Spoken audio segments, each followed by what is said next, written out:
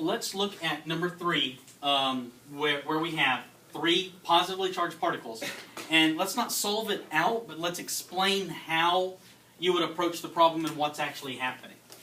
Let's call this Q1, this is Q2, and this is Q3, and they all have a positive charge. Now, we're looking at where Q3 is going to go caused by Q2 and Q1.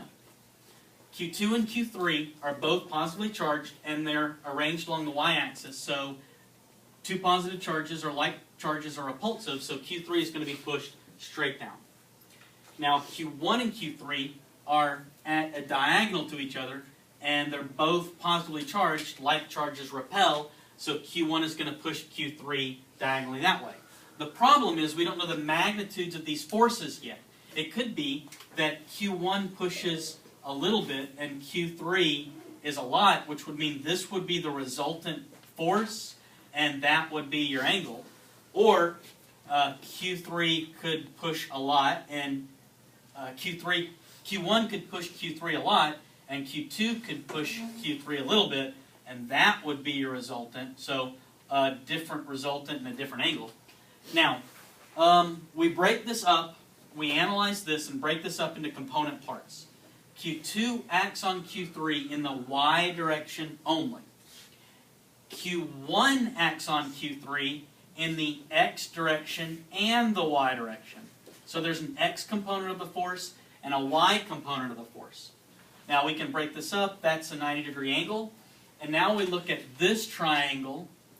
Usually, you are given one of the angles in the first triangle. Let's say that you're given beta. Since these 2 lines cross each other, this is the angle beta. So that angle is equal to this angle. This is the y-axis, that's the x-axis, so this is a 90-degree angle. So 90 minus beta is equal to what we can call theta. And this angle here can be solved by first solving this angle, then saying that it's equal to this.